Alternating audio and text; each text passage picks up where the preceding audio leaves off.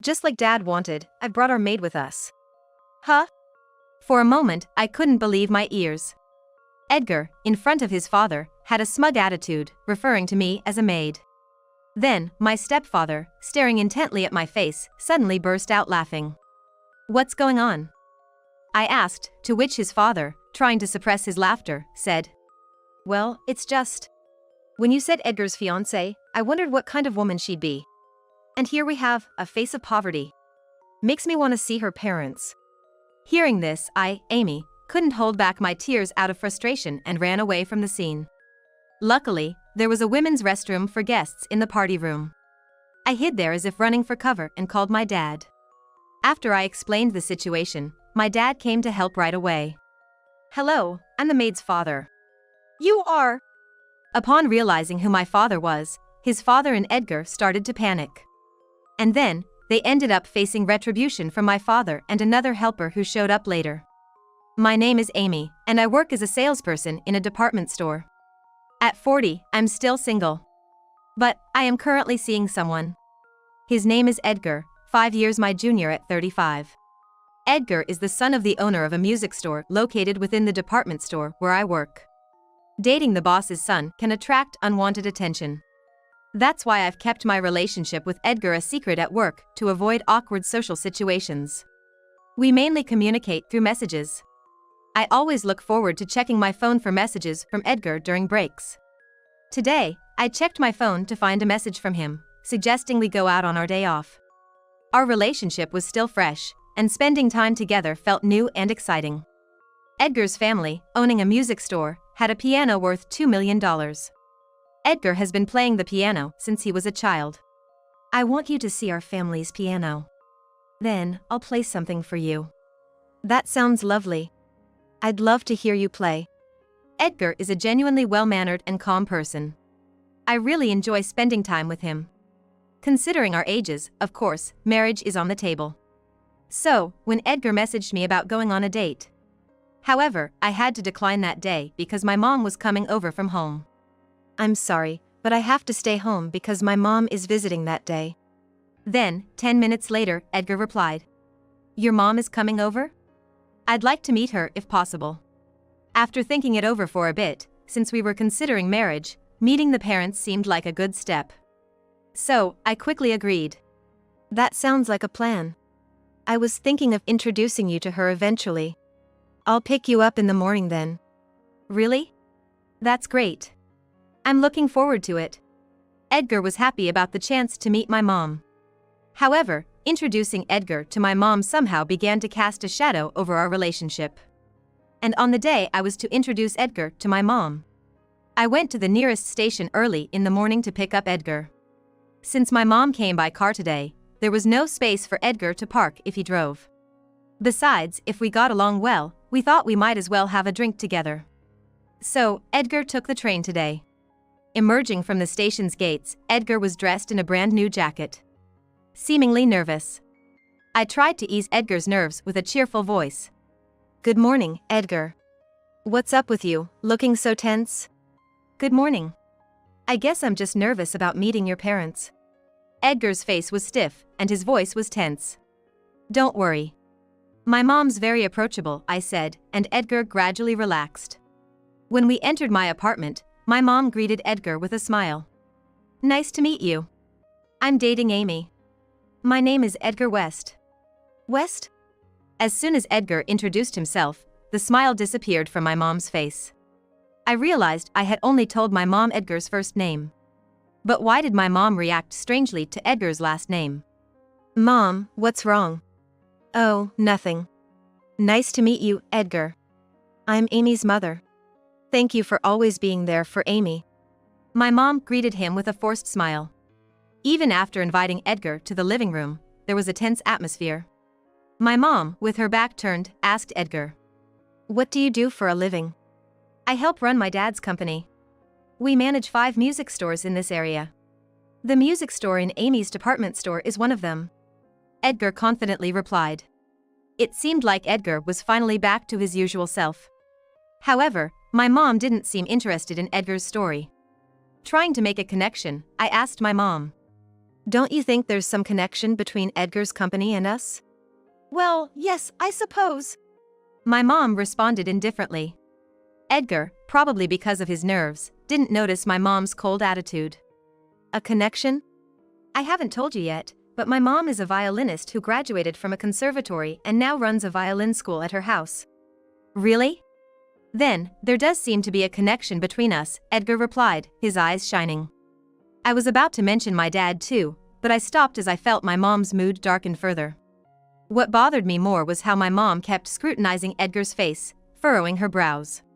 Even Edgar, despite his nerves, began to notice my mom's suspicious looks. Just as I was about to change the subject, my mom turned to Edgar and said, "I'm sorry, but could you leave for today?" What? But he just got here. I exclaimed in surprise, but Edgar seemed uncomfortable too. As Edgar stood up slowly, he said, "I understand. Sorry for intruding on your family time." Though Edgar said that, he looked upset. I intended to walk him to the station, but was stopped at the door. "It's okay. I'll go back alone." "Edgar, I'm really sorry," I apologized, but Edgar didn't look back as he left our home. What didn't my mom like about him? I was curious and immediately went back to the living room. "Mom, what's the matter? What didn't you like about him?" I pressed my mom, who was cleaning up in the kitchen. She turned around slowly and looked at me solemnly. "I think Edgar is a good person." "Then why?" I started to ask, but my mom, looking more serious, whispered, "Because you've decided on him, I didn't want to say too much. But honestly, I can't agree with this marriage." "Why? Because I'm 5 years older?" "No, that's not it." My mom calmed me down. "Can you listen to what I have to say till the end?" "It might be hard for you," my mom said, so I sat down on the living room sofa. Then, she explained why she couldn't agree with my marriage in detail. I listened silently, feeling conflicted as the reasons were beyond my expectations. I understood why my mom couldn't agree. But it didn't change my feelings about wanting to marry Edgar. "I understand how you feel, Mom. But I don't dislike Edgar himself. It's something unrelated to him. That's why I want to see for myself," I said, meaning I would also meet Edgar's parents. My mom looked at me worriedly and said, "I'm worried and don't really want you to go. But if you're that determined, I can't stop you. I trust you, so do your best." "Thank you, Mom." And so, I begged Edgar to let me meet his parents. Edgar seemed to have been planning on it, as he smiled happily. "Really? Man, I thought I was definitely disliked when I met Amy's mom last time," Edgar said, then pulled something out of his pocket. It was an engagement ring. "Before anything else, let's make it official. Will you marry me?" Blushing at the sudden proposal. I had been waiting for this moment from Edgar, and without hesitation, I said yes. Then, the day came for us to visit Edgar's house. Today, I was the one who was nervous, stiff as a board. Edgar picked me up in the morning with a big, happy smile. "Don't be so nervous. My dad's very friendly." "Yeah." Actually, Edgar's mom wasn't around, and it was just him and his dad. I was prepared to help out around their all-male household. But when we arrived at Edgar's house, I was taken aback. It was my first time visiting Edgar's house, and it was much larger than I had imagined. I knew his dad was a CEO, but I hadn't expected them to be so wealthy. There was a large, mansion-like gate in front of the house, like something out of a movie. Inside, we were shown the infamous $2 million piano, located in a spacious party room. "Wow. It's like you could have a dinner show right here in your house." "Right? We often host parties here for our clients. Actually, we're planning to have a party tomorrow with a famous pianist." "A famous pianist?" I was startled by Edgar's story, and just as I asked about it, a man in his early 60s, looking every bit the wealthy individual, appeared before me. "Welcome. I'm Edgar's father." "Nice to meet you." "I'm Amy," I said to my father-in-law. Then, Edgar, more excited than I've ever seen him, said, "Amy, don't be so formal." He seemed to be trying to ease my tension, but it felt off, somehow different than usual. Suddenly, Edgar, in front of his father, said something unbelievable. "Just like Dad wanted, I brought our maid with us." "Huh?" I couldn't believe my ears. Edgar, who had always shown me respect for being older, was now arrogantly calling me a maid in front of his father. This is great. Our household has been all male for so long, having a maid would really help. His father joined in. My father-in-law was staring intently at my face. Then suddenly burst out laughing. What's going on? I asked. Well, it's just. When you said Edgar's fiance, I wondered what kind of woman she'd be. And here we have a face of poverty. Makes me want to see your parents. He said, trying to suppress his laughter. This joke was too much. I looked to Edgar for help, but he was just smirking. Come on, Dad. It's not about the face. Besides, if she's a maid, we'd want someone older who can work hard, right? Oh, and Amy's mom was beautiful, so maybe she takes after her dad? What's that supposed to mean? Edgar, are you mocking me too? I was in a panic, shocked by this unexpected turn. The kind Edgar I knew. It was hard to believe he could change so much at home. As I glared at Edgar with a frustrated expression, his father asked me. Oh, your mother is beautiful? That'll be interesting to meet. By the way, what does Amy's father do? Actually, I haven't asked that yet. Both father and son looked down on me. I didn't want to share anything about my dad with these people. My dad, well, he's always busy, traveling around for work. Edgar retorted with a smirk. Oh?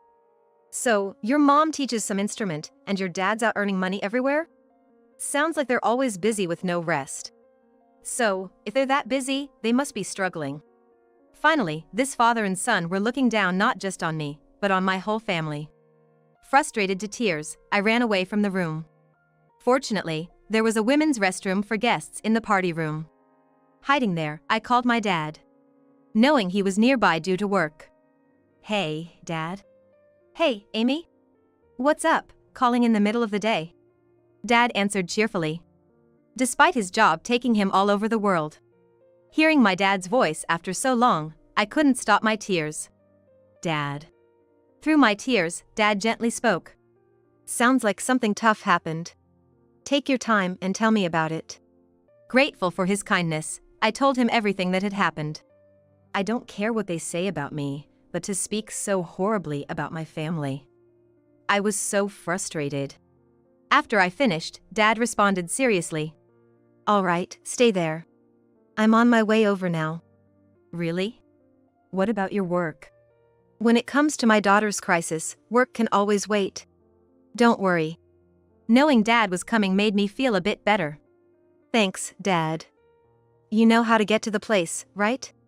Yeah, of course, Dad said before hanging up. Wiping away my tears, I went back to where Edgar and his dad were chatting happily. Amy. You're back. Thought you might have left already. Unfortunately for you. Since your father was so keen on seeing my parents, I've called mine here as you wished. At my words, my father-in-law smirked and said, calling someone out in the middle of the day and they can come right away? Must be a pretty free job he's got there. Like father, like daughter, huh? This is gonna be fun. Edgar and his dad laughed mockingly. But their taunts didn't scare me anymore. Once they saw my dad, they'd be in for a shock. About 10 minutes later, Dad arrived. Edgar, who went to greet him at the door, came back looking astonished. Is that guy really Amy's dad? He's like a total celebrity. I looked towards the entrance where my dad was waiting. Indeed, he was dressed in a fancy formal suit. Probably rehearsing for tomorrow. However, my father-in-law refused to believe Edgar, retorting. Why so surprised, Edgar?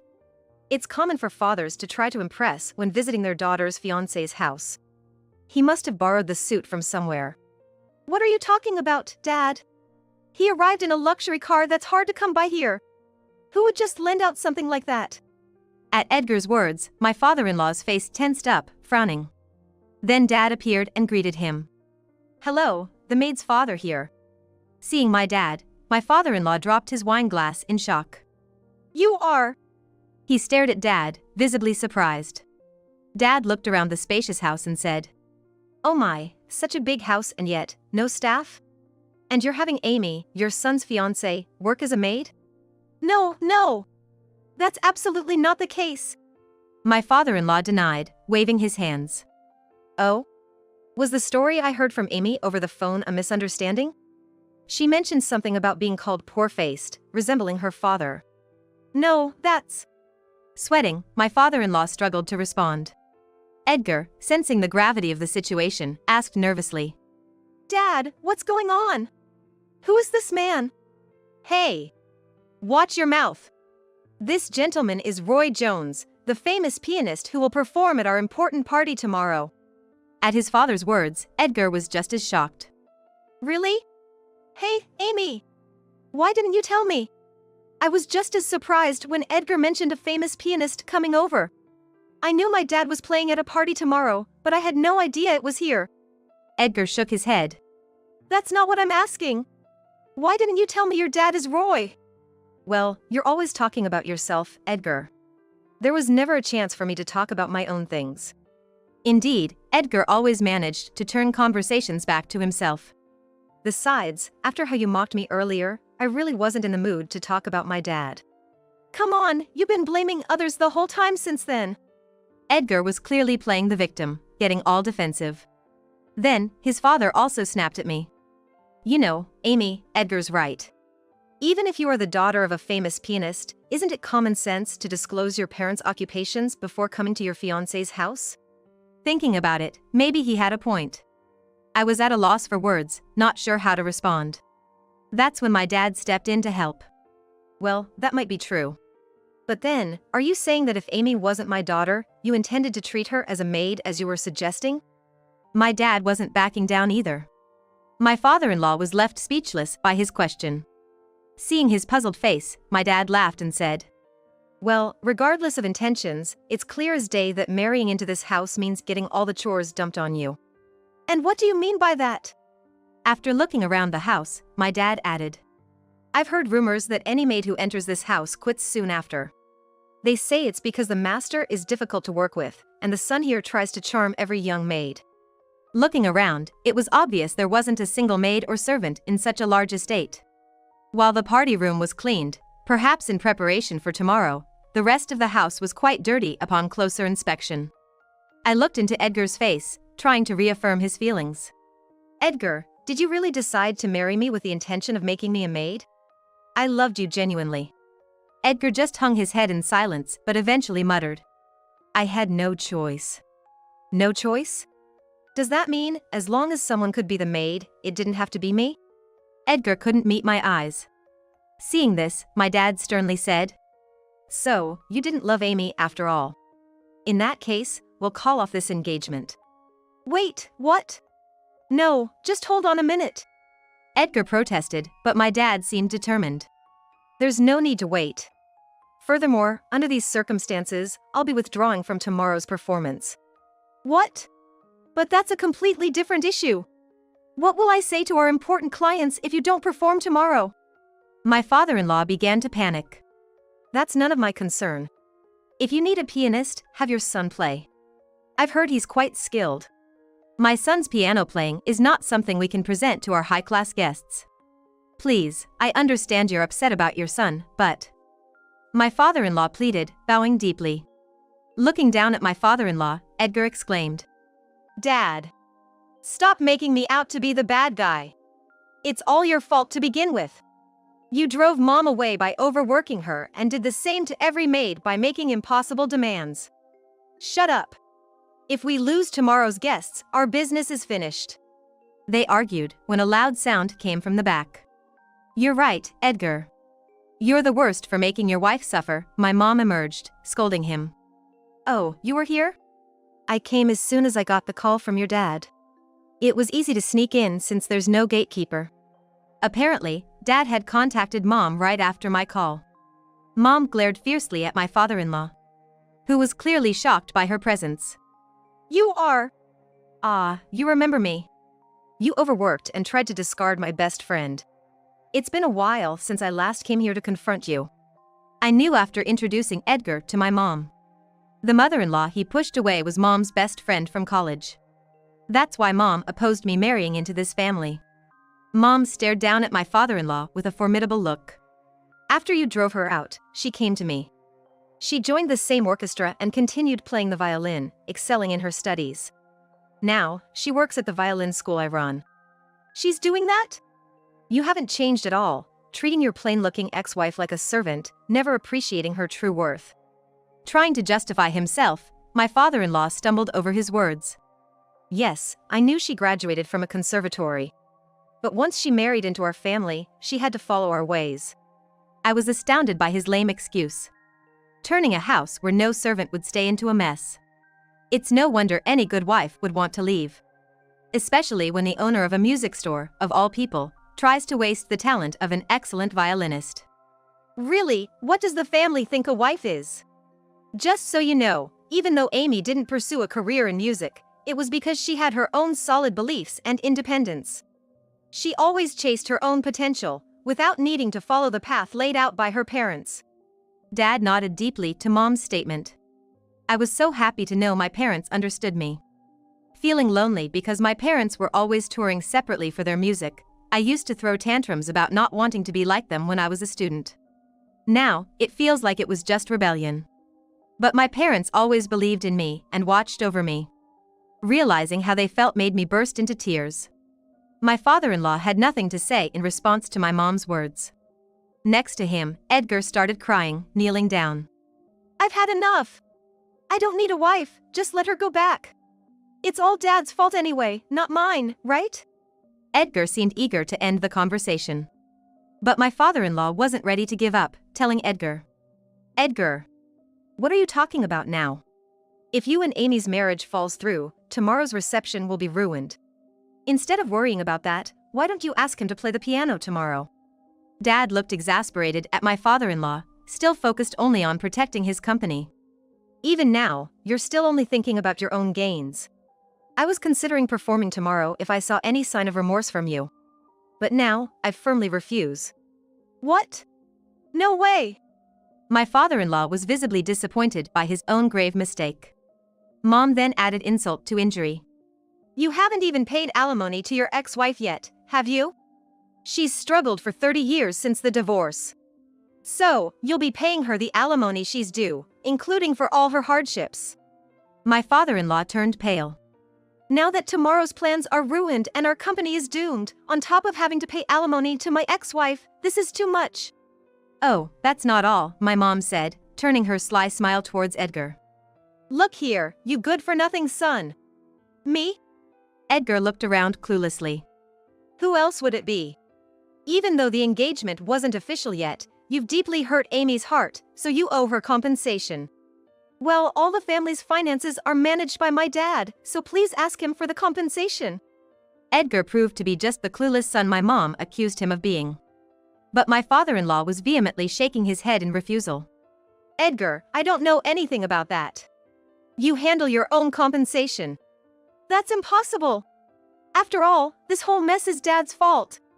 The pathetic argument between the father and son continued. We couldn't help but laugh loudly at the spectacle. Glad to have discovered the true nature of this family before getting married. I felt immensely grateful to my parents for their support. The next day, the family still went ahead with the party for their clients. However, without my dad's piano performance, the guests were all upset and left early. Losing their important clients, the management took a turn for the worse. The father's reputation had been bad even before, and the company had been barely surviving thanks to the support of these clients. Losing its main pillar, bankruptcy became inevitable. Since they had a store in the department store where I worked, I couldn't avoid hearing about it. Soon after, the business went bankrupt. But our dealings didn't end there. Edgar and his father refused to pay the compensation my mom and I demanded, leading us to sue them. In court, my father-in-law even tried to sue my dad for canceling the job on personal grounds. But my dad accepted the lawsuit gracefully. I regret canceling the job for personal reasons. I'll pay the compensation. So, please also proceed with the compensation payment on your end. Now I know. By accepting their lawsuit, it became harder for my father-in-law to refuse ours. Reluctantly, he paid the alimony to his ex-wife and I received compensation from Edgar. Afterwards, Edgar and his father, having lost everything, including their house and the $2 million piano, vanished into obscurity. After losing everything, the two of them seemed to have disappeared without a trace. There were sightings of Edgar and his father at a hotel party venue sometime later, according to someone. However, They were both working as cleaners in the middle of the night when no one was around. This incident made me decide to change my ways. I used to reject the notion when people said it must be nice to have such accomplished parents. I took pride in leaving home and being independent. But now, I realize what truly makes me proud is having wonderful parents. Realizing this, I decided to attend my father's concerts, something I had never done before. Today is my father's birthday concert. I came to watch his performance with my mom. It's been a while since I last heard my father play the piano live, and it warmed my heart. Having such a wonderful father, I feel truly blessed. My mom also seemed to enjoy his music, listening contentedly. It was a very peaceful time. I'm so glad to have been born to these parents. From now on, I'll do my best to show them appreciation in ways I haven't before. Listening to my father's music, I made that promise to myself.